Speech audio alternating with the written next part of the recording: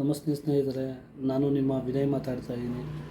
ಇವತ್ತು ಒಂದು ಹೊಸ ವಿಚಾರದ ಬಗ್ಗೆ ಚರ್ಚೆ ಮಾಡೋಣ ಅಂತ ನಿಮ್ಮ ಮುಂದೆ ಬಂದಿದ್ದೀನಿ. ಆ ಚರ್ಚೆ ಏನಂದರೆ ಏಕರೂಪ ನಾಗರಿಕ ಶಿಕ್ಷಣ ಅಂತ, ಎಲ್ಲರಿಗೂ ಸಮಾನ ಶಿಕ್ಷಣವನ್ನು ಕೊಡಿ ಅಂತ ಒಂದು ಮನವಿ ಮಾಡೋಣ. ಮನವಿ ಮಾಡಿ ಏನಿದ್ದಾರೆ ನಮ್ಮ ಮಹಾನುಭಾವರು ಜನಪ್ರತಿನಿಧಿಗಳು, ಅದೇ ಈ ವಿಧಾನಸೌಧದಲ್ಲಿ ಕೂತ್ಕೊಂಡವರಲ್ಲ, ಅವ್ರಿಗೆಲ್ಲರಿಗೂ ಅರ್ಥ ಆಗುತ್ತೆ ಬಿಡ್ರಿ.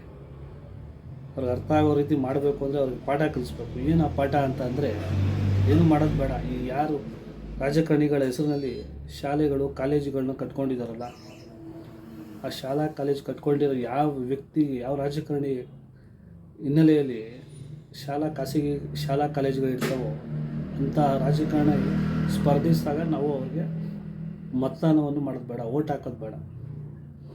ನಾವು ಅದೇ ಅವರಿಗೆ ಕಲಿಸುವಂಥ ತಕ್ಕ ಪಾಠ.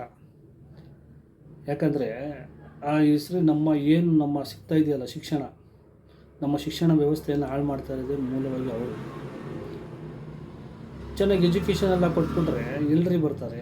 ಒಳ್ಳೆಯ ಕಟ್ಟಡಗಳು, ಸುಸಜ್ಜಿತ ಕಟ್ಟಡಗಳು, ವ್ಯವಸ್ಥೆ, ಒಳ್ಳೆಯ ಶೌಚಾಲಯ, ಒಳ್ಳೆಯ ಆಟದ ಮೈದಾನ, ಮಕ್ಕಳು ಒಳ್ಳೆಯ ತರಬೇತಿ ಕೊಡ್ತಕ್ಕಂಥ ಶಿಕ್ಷಕರು, ಇದನ್ನೆಲ್ಲ ಕೊಟ್ಬಿಟ್ರೆ ಎಲ್ಲ ಗೌರ್ಮೆಂಟ್ ಸ್ಕೂಲಿಗೆ ಬರ್ತಾರೆ. ಚೆನ್ನಾಗಿದೆ ಎಜುಕೇಷನ್. ನಾವು ಅದನ್ನೇ ಮೊಟಕುಗೊಳಿಸ್ಬಿಟ್ರೆ ನಮ್ಮ ಶಾಲಾ ಕಾಲೇಜಿಗೆ ಬರ್ತಾರ್ರಿ. ನಮ್ಮ ಖಾಸಗಿ ಪ್ರೈವೇಟು ಒಳ್ಳೊಳ್ಳೆ ದೊಡ್ಡ ಕಟ್ಟಡಗಳು, AC ರೂಮ್ಗಳು, ಒಳ್ಳೆ ಸುಸಜ್ಜಿತವಾದ ಲೈಬ್ರರಿಗಳು, ಎಲ್ಲ ಲೈಬ್ರರಿಗಳು ಎಲ್ಲ ಇದ್ಮೇಲೆ ಯಾಕ್ರಿ ಹೋಗ್ತಾರೆ? ನಾವು ಇದನ್ನು ಕೊಟ್ಟರೆ ತಾನೇ ಇದಾಗೋದು. ಬರಲಿ ಬಿಡಿ ಅನ್ನುವಂಥ ಮನಸ್ಥಿತಿ ಇದ್ದಾರೆ. ಆ ಮನಸ್ಥಿತಿಗೆ ನಾವು ತಕ್ಕ ಪಾಠವನ್ನು ಕಲಿಸ್ಬೇಕು ಅಂತ ಅಂದರೆ ಯಾವ ಜನಪ್ರತಿನಿಧಿ ನಿಂತ್ಕೊತಾನೋ ಅವನಿಗೆ ಓಟ್ ಹಾಕೋದು ಬೇಡ. ಖಂಡಿತ ರೀ ನಮ್ಮ ಮಂಡ್ಯದವರಾದಂಥ ಸಂತೋಷ್ ಅನ್ನುವಂತಹ ವ್ಯಕ್ತಿ ನಿಜವಾಗ್ಲೂ ನಮಸ್ಕಾರ ಬಾಸ್. ಯಾಕಂದರೆ ಒಳ್ಳೆಯ ಕೆಲಸ ಮಾಡ್ತಾಯಿದ್ದೀರ.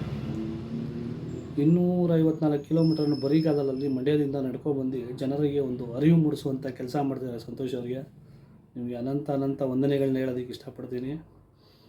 ಯಾಕಂದರೆ ಪಾಪ ಅವ್ರು ಎಷ್ಟು ತಿಳುವಳಿಕೆ ಹೇಳ್ತಾ ಇದ್ದಾರೆ ಅಂದರೆ, ಸಾಮಾನ್ಯ ಪ್ರತಿಯೊಬ್ಬರು ಮನೆಗಳಿಗೆ ಹೋಗಿ ಅಲ್ಲಿರ್ತಕ್ಕಂಥ ರೈತರಿಗೆ ಹೇಳ್ತಾ ಇದ್ದಾರೆ, ದಯವಿಟ್ಟು ಯಾವ ಖಾಸಗಿ ಶಾಲೆಗಳಿರ್ತಾರೆ ನಿಂತ್ಕೊಳ್ತಾರೆ ರಾಜಕಾರಣಿ, ಅವರಿಗೆ ಮತ ಹಾಕಬೇಡಿ ಅಂತ ಹೇಳುವ ಮೂಲಕ ಇದ್ದಾರೆ. ಒಳ್ಳೆಯ ಕೆಲಸ ಮಾಡ್ತಾಯಿದ್ದಾರೆ. ಯಾಕಂದರೆ ಅವ್ರಿಗೆ ಗೊತ್ತಿದೆ ಏನು ರಾಜಕಾರಣಿ ವ್ಯವಸ್ಥೆಗಳು. ಯಾಕಂದರೆ ನಾವು ಬರೀ ಇವತ್ತೇನು ಮಾಡ್ತಾಯಿದ್ದೀವಿ ಅಂದರೆ ಪ್ರತಿಷ್ಠೆ ಆಗ್ಬಿಟ್ಟಿದೆ. ಶಿಕ್ಷಣ ಅಂದರೆ ಪ್ರತಿಷ್ಠೆ. ಅವ್ರು ಆ ಕಾಲೇಜಲ್ಲಿ ಓಡಿಸ್ತಾರೆ, ಇವ್ರು ಈ ಸ್ಕೂಲಲ್ಲಿ ಓಡ್ತಾಯಿದ್ದಾರೆ. ಲಕ್ಷಗಟ್ಟಲೆ ಡೊನೇಷನ್ಗಳು ರೀ. ಮಧ್ಯಮ ವರ್ಗದವ್ರು ದುಡ್ದು ಇಡೀ ಜೀವನ ಎಲ್ಲ ಇದು ಮಾಡಿದ್ರು ಆ ದುಡಿಯೋದೆಲ್ಲ ಬರೀ ಶಿಕ್ಷಣಕ್ಕೆ ಹಾಕ್ಬಿಟ್ರೆ ಏನು ಮಾಡ್ತಾರೆ ಪಾಪ ಅವರು.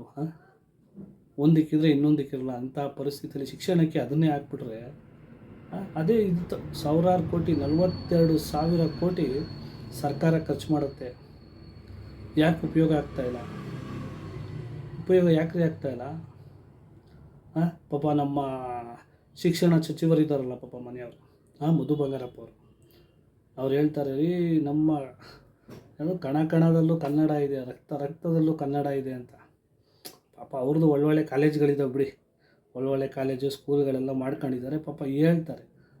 ನಾವು ನೋಡಿಕೊಂಡು ಈ ಸಲ ಮತದಾನ ಮಾಡಬೇಕಾದ್ರೆ ಬುದ್ಧಿ ಕಲಿಸಿದ್ರೆ ಅದಕ್ಕೊಂದು ಬೆಲೆ. ದಯವಿಟ್ಟು ಒಂದು ಜಾಗೃತಿಯನ್ನು ಮಾಡೋಣ, ಜಾಗೃತಿಯನ್ನು ಮೂಡಿಸೋಣ. ಮತದಾನ ಕೇವಲ ಹಣಕ್ಕೆ ದಯವಿಟ್ಟು ಬೇಡ, ಕೆಲಸ ಮಾಡುವಂಥವ್ರು ಮಾಡೋಣ.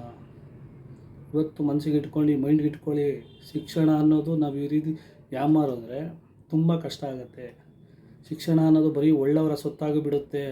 ಎಚ್ಚರ. ನಮಸ್ತೆ.